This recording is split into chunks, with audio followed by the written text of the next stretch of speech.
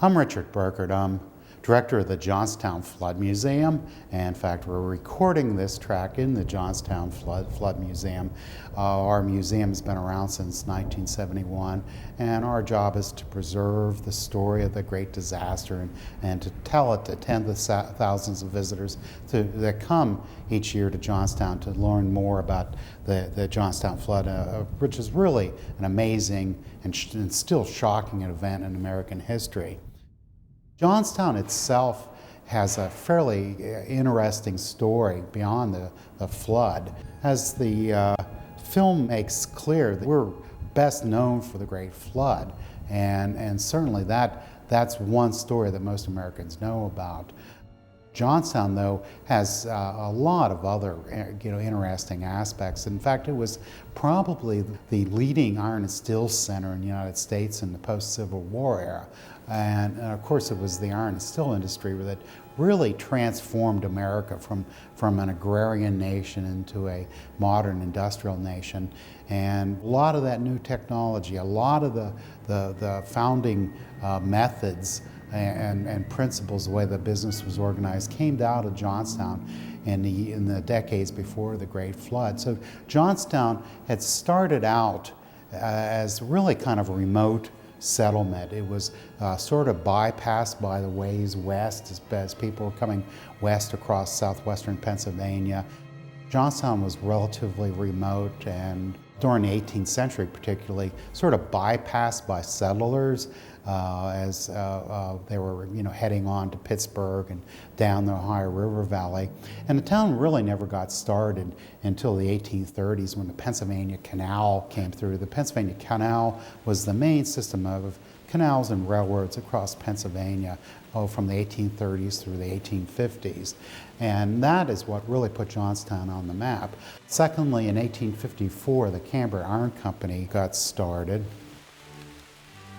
After about a half a dozen years of technological and financial difficulties, that emerged as sort of the leading iron and steel center in the United States. A lot of the new technology that revolutionized steelmaking, and in fact the radical new Bessemer process for making steel was co-invented here in Johnstown. A lot of the methods of making steel inexpensively, which made it possible for steel to become a cheap and plentiful commodity, came out of Johnstown, and Johnstown just boomed. Every decade the population was doubling here in Johnstown and the surrounding boroughs, so that it had gone really from wilderness in 1800 to America's leading steel center, a community of 30,000 people by 1889, really crammed in tightly. There were other parts of the economy. It was the transportation center. Really at the heart here, Johnstown existed to make iron and steel.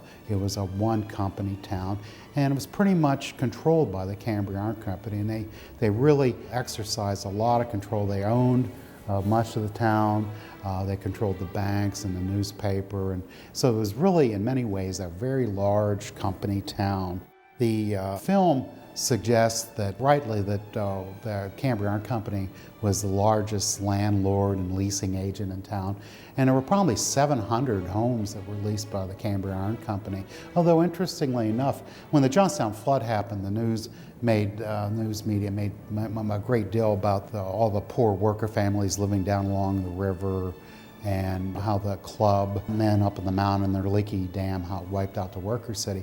Well, interestingly enough, who really lived down along on the flats, down in Johnstown itself, were Johnstown's middle and upper class, the managerial class of the iron company.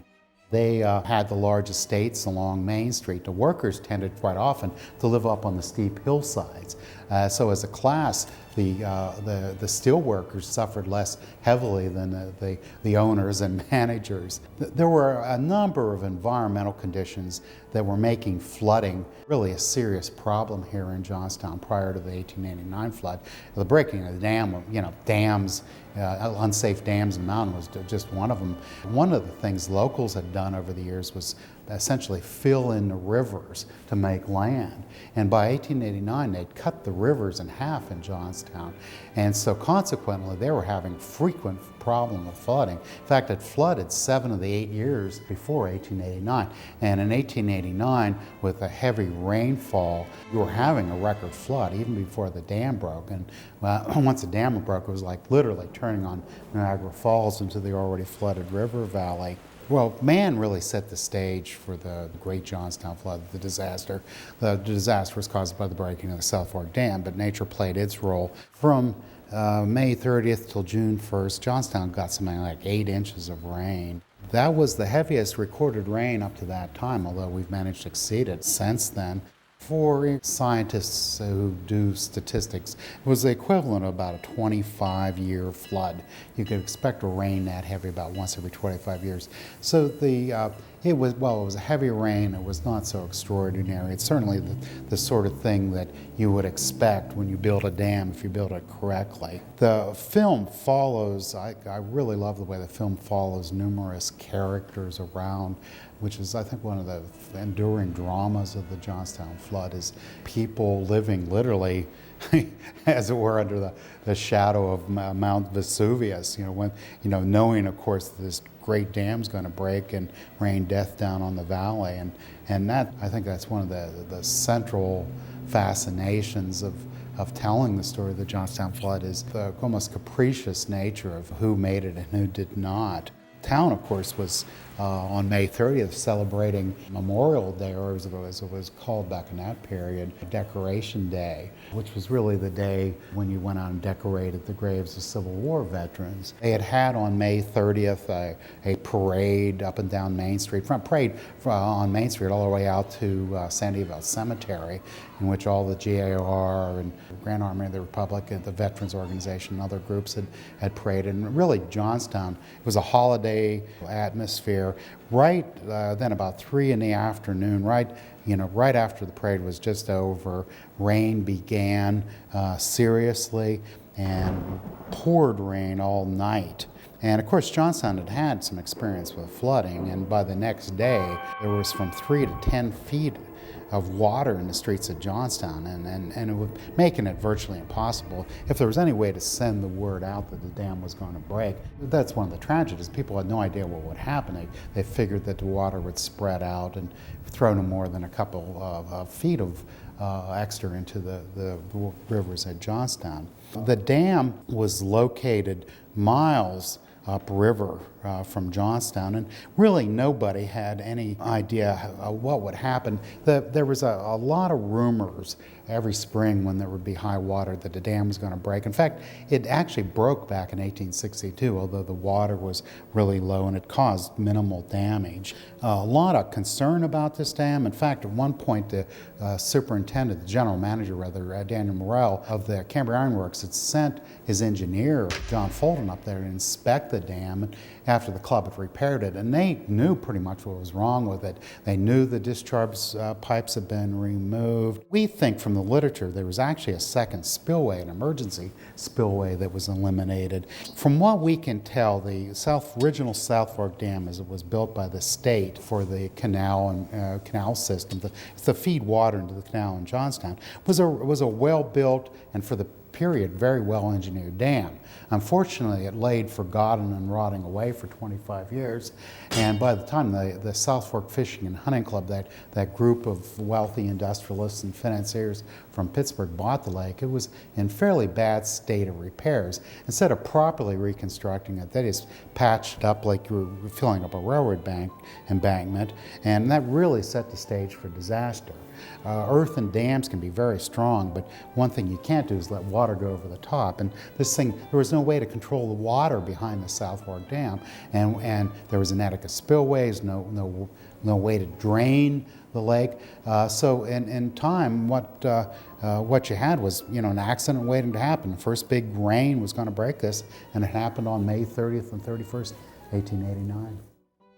Fishing and boating in the mountains was a relatively new thing. People had been coming to Johnstown since the 1850s, the Johnstown area, to recreate in the mountain. The Crescent Springs Resort on top of Allegheny Mountain had kind of boomed in the Civil War era and after that. The South Fork Fishing and Hunting Club, their members, mostly wealthy Pittsburghers, wanted something more exclusive. And the problem with Crescent up in the mountain was it was kind of boring. It really was, besides drinking the waters and taking carriage rides, there was not a whole lot to do. And at South Fork, they had their own large recreation lake. They had rowing and sailing, fishing, hunting in the fall. So that really it was a fun and not terribly ostentatious resort. It wasn't like Newport. It was a relaxed summer place that these Pittsburghers, Pittsburgh of course was a major industrial city by this time. They wanted to get away from the smoke and heat of Pittsburgh. Johnstowners were had mixed feelings about having the club. In some ways they were concerned rightly about the dam. In many ways it was like the boy who cried wolf. Every spring there were rumors that the dam would break. There was every reason to expect it would. It had broken once in 1862. The newspaper even editorialized at one point that the dam undoubtedly would break, but it would probably throw no more than 2 feet of water into the streets in Johnstown because, well, the dam was located so far from Johnstown and the water would spread out over all those miles. Well, it didn't spread out. It formed a giant wall, and when it came into Johnstown, it was nearly 40 feet high instead of 2 feet. Weeks and months before the Johnstown flood had been a very, very wet, unusually wet spring. All the ground was saturated, and of course when you got another 8 inches of rain on top of that, that all ended up in the rivers very, very quickly. Water was rising with all the runoff about a foot an hour behind the South Fork Dam. There was a crew of men that were up there. Actually, they were installing a sewage system at the club that spring, and they had an engineer, John Park, there. They tried feverishly to do a number of things, plow up the top of the dam, try cutting a second spillway. All this was in vain, of course. It was just a matter of time till the dam was overtopped and failed. As it became apparent that they were not going to be successful, holding back the dam, and it would indeed just be a matter of time. The young engineer who had just graduated that year, John Park, who had been hired by the club, and he had just been there a couple months before the flood happened. He was hired to actually install a sewage system for the club. He had not been hired to repair the dam, but anyway, he began to oversee some workmen who were trying to plow up the top of the dam to make it higher and cut a second spillway, and it became apparent fairly quickly that there was nothing they could do to stop the dam from being overtopped. And so John Park rode down to South Fork Village, a couple miles away, and went to the telegraph office and talked to Emma Ehrenfeld, who was the telegrapher at the railroad signal tower there, and eventually persuaded her to send a couple telegraph messages down the valley, eventually to Johnstown, warning them that the dam was getting worse and in danger of breaking. Hetty Ogle, who was a telegraph operator here in Johnstown, got those messages, and she called around to about 35 people that had gotten phones that spring, but there was really no way to spread the warning around. There was from 3 to 10 feet of water in the streets, and people had no idea how bad the flood would be. At any rate, when the dam did eventually give way after it was overtopped about 3:10 p.m., it didn't spread out coming down the valley. The physics of the flood are really quite interesting. The bottom of the wave, as it went down the valley, encountered the river bottom, and with the friction was traveling slower than the top of the wave. So the top of the wave was constantly cascading over the bottom. So what you really almost had was a ball of water rolling down the narrow Little Conemaugh River Valley. And the flood pushed ahead of it everything in its path: trees, houses, boulders, locomotives, dead animals. In fact, it was shrouded in a black cloud of dust, so that when people saw it, many of them, it didn't look like water. Many of them had no idea what it was. The wave hit South Fork Village, which was a coal mining town. The Pennsylvania Railroad main line went through there. Now, these people at least had a good idea of what was going up in South Fork, and the lower lying areas have been evacuated. Michael Mann is mentioned in the film. He was a coal miner, lived right along the river. Interestingly enough, we had relatives of Michael Mann had visited from Great Britain, and wanted to know more about their forebear. And sadly, it was reported that Michael Mann did, of course, perish in the flood. He had no particularly dignified burial. They found his body, dug a hole nearby, and summarily buried him.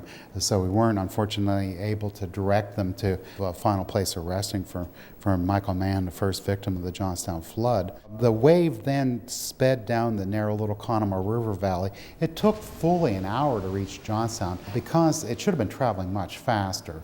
There was a 410-foot difference in elevation between the lake and Johnstown, so it should have been traveling 40 miles an hour at least when it hit Johnstown, but it hit obstacles along the way, like the Conemaugh Viaduct, which acted as a dam and really held for a while until the wave could regain its momentum, and then it burst and the wave sped on down the valley. Right below Mineral Point, which was wiped out in the flood, there was a work train with all the